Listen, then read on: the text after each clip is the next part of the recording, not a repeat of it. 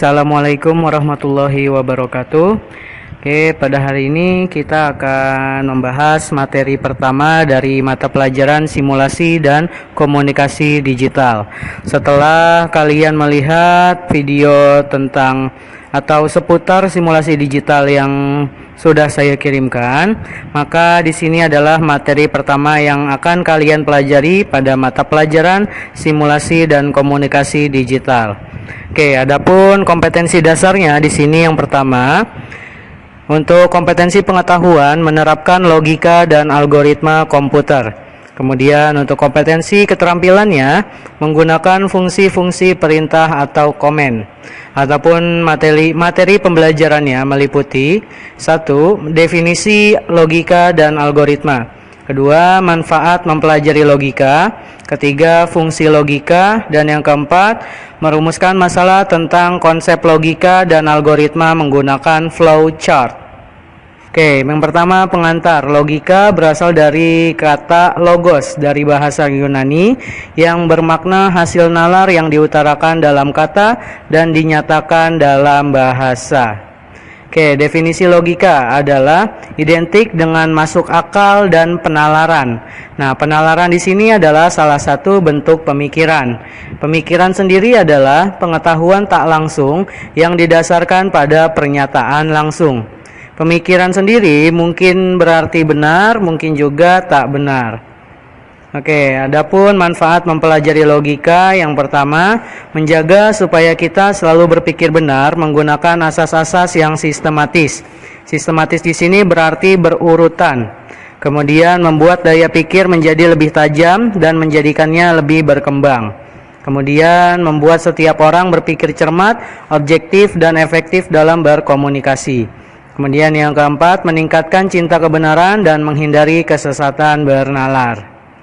Adapun fungsi logika di sini adalah sebagai alat untuk menarik kesimpulan. Nah, kita dapat menggunakan alat ini setelah melakukan penalaran berdasarkan pernyataan-pernyataan benar atau premis yang ada.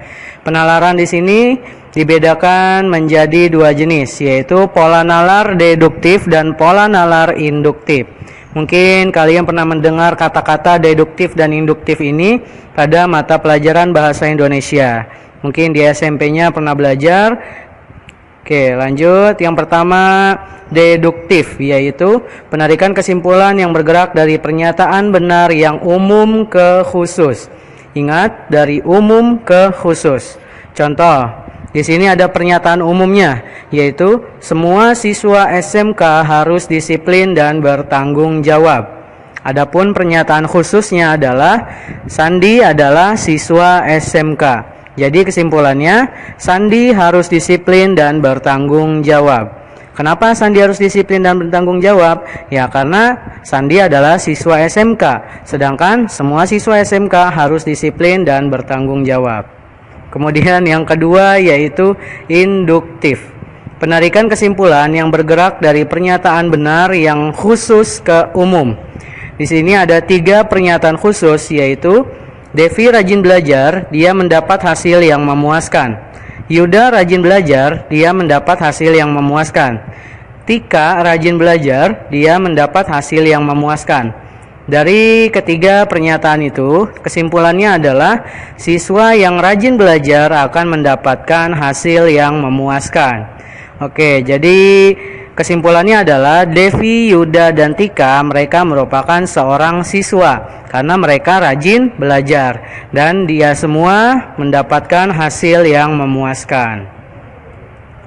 Lanjut, setelah kalian memahami logika, maka selanjutnya adalah algoritma. Kita telusuri terlebih dahulu asal-usul kata algoritma. Oke, yang pertama, Abu Ja'far Muhammad Ibnu Musa Al-Khwarizmi adalah seorang penulis buku Arab yang berjudul Kitab Al-Jabar wal Muqabbalah atau buku pemugaran dan pengurangan. Kata Al-Khwarizmi dibaca orang barat menjadi algoritm. Nah, kata algoritm di sini berarti proses menghitung dengan angka Arab. Seseorang dikatakan algoris jika orang tersebut menggunakan angka Arab. Kemudian kata algoritma tadi lambat laun menjadi algoritm disebabkan kata algoritm sering dikelirukan dengan kata aritmetik sehingga akhiran SM berubah menjadi THM atau dem. Kata algoritm kemudian diserap ke dalam bahasa Indonesia menjadi algoritma. Oke, dari tadi yang awalnya al-Khwarizmi kemudian dibaca orang barat menjadi algoritm. Dari algoritm tadi lambat laun menjadi algoritm. Dari algoritm berubah menjadi algoritma. Oke, lanjut definisi algoritma. Apa sih algoritma itu? Merupakan serangkaian langkah-langkah yang disusun menjadi urutan logis kegiatan untuk mencapai suatu tujuan. Nah, logis di sini berarti benar sesuai dengan logika manusia atau sesuai pemikiran manusia, sesuai dengan nalar manusia. Oke, di sini ada contoh algoritma. Ada 2 buah gelas di sini, yang satu berisi teh dan yang satunya lagi berisi kopi. Kemudian bagaimana caranya menukar isi masing-masing gelas? Menukar isi kopi ke dalam gelas teh dan menukar isi teh ke dalam gelas kopi. Oke, semua ini harus kita lakukan dengan algoritma. Algoritmanya yang pertama, kalian harus menyiapkan gelas cadangan X. Oke, setelah menyiapkan gelas cadangan, maka selanjutnya tuangkan gelas yang berisi teh ke gelas cadangan. Ini urutan yang kedua. Tuangkan teh ke dalam gelas cadangan. Maka gelas teh kosong ya. Setelah gelas teh kosong, maka tuangkan gelas yang berisi kopi ke gelas yang awalnya dipakai teh. Jadi kopinya dipindahkan ke gelas teh. Setelah itu gelas kopinya kosong, lanjut tuangkan isi gelas cadangan ke gelas yang awalnya berisi kopi. Dari gelas cadangan tadi yang berisi teh kita pindahkan ke gelas kopi yang kosong. Maka teh dan kopi berpindah gelas. Oke, terdapat berbagai bentuk cara untuk mengomunikasikan algoritma atau menyajikan algoritma. Algoritma bisa disajikan, yang pertama bisa menggunakan yang namanya bagan alir atau biasa disebut nanti flow chart. Kemudian ada pseudokode dan bahasa pemrograman. Nah, bentuk algoritma yang mudah dibaca adalah menggunakan bagan alir atau flow chart. Bagan alir atau flowchart merupakan sebuah bagan yang menunjukkan aliran algoritma dan menampilkan langkah-langkah penyelesaian terhadap suatu masalah di sini. Oke, lanjut. Simbol bagan alir. Simbol-simbol bagan alir tersusun dari simbol yang mempresentasikan sebuah input, proses maupun output yang berbeda-beda.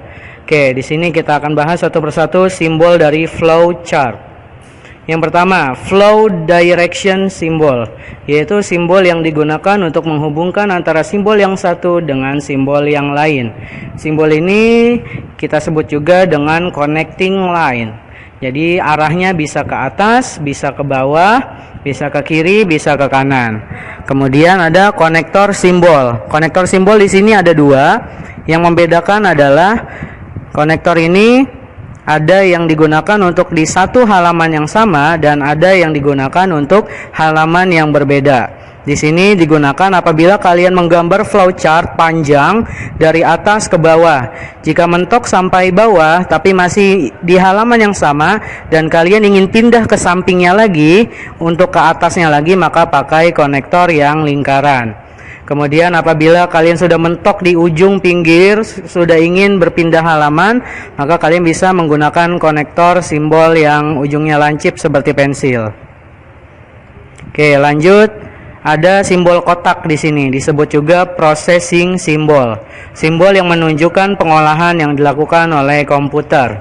Oke, pengolahan di sini bisa proses perhitungan, bisa proses yang lainnya. Intinya di sini memproses suatu kegiatan.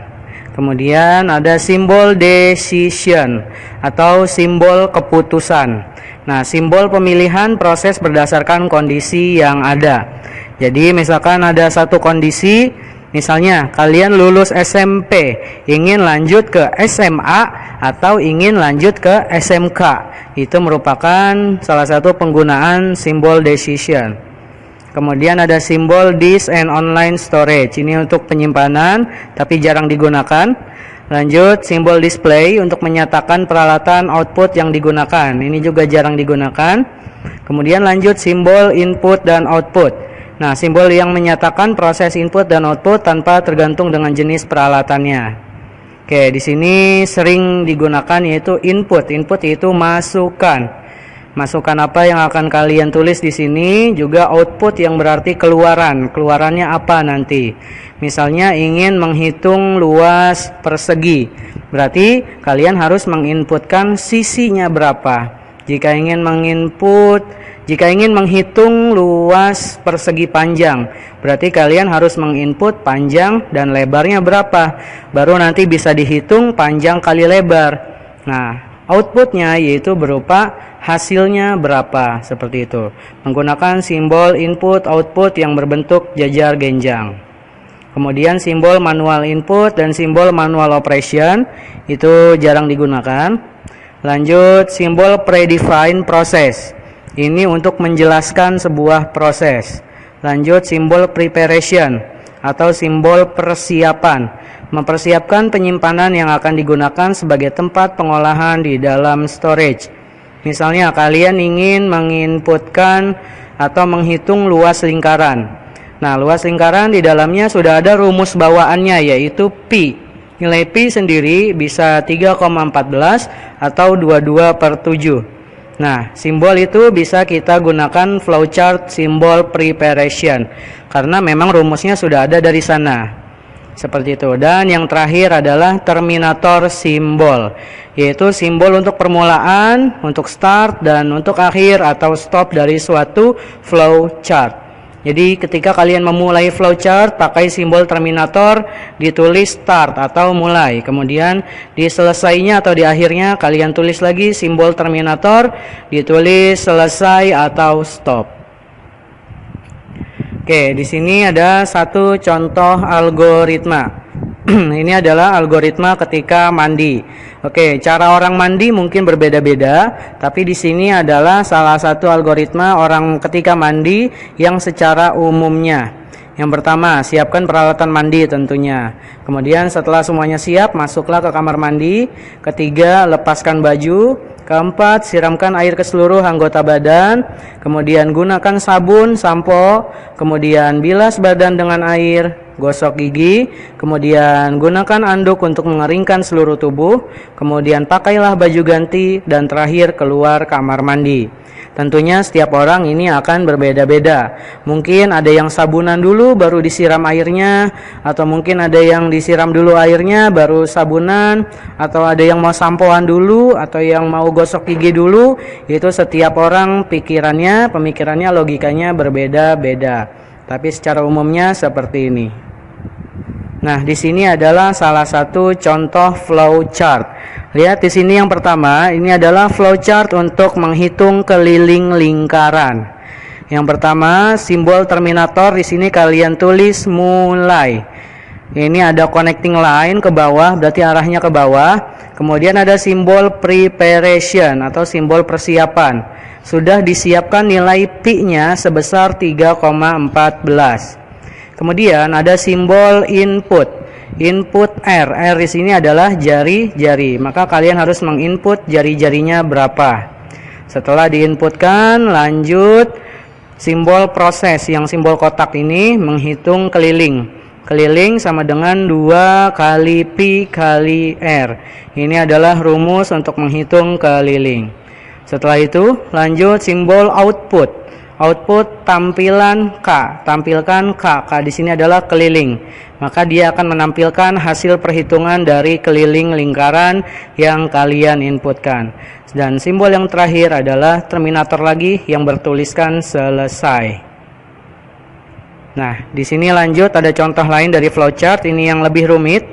Di sini start mulai, kemudian simbol input, enter www.facebook.com, kemudian simbol proses, Facebook homepage. Di sini dia akan menampilkan atau memproses halaman Facebook. Nah, sebelum memprosesnya kita harus menginputkan lagi enter email dan password. Kemudian flowchartnya turun ke bawah lagi. Apakah email dan passwordnya sudah benar? Nah, jika dia sudah benar, maka dia lanjut yes, tampilkan akun. Nah, di sini outputnya tampilkan akun. Setelah selesai, nanti flowchartnya akan berhenti, stop, selesai. Tapi di sini ada kondisi kedua, apakah email dan passwordnya benar? Jika email dan passwordnya salah, no, maka muncul proses login error.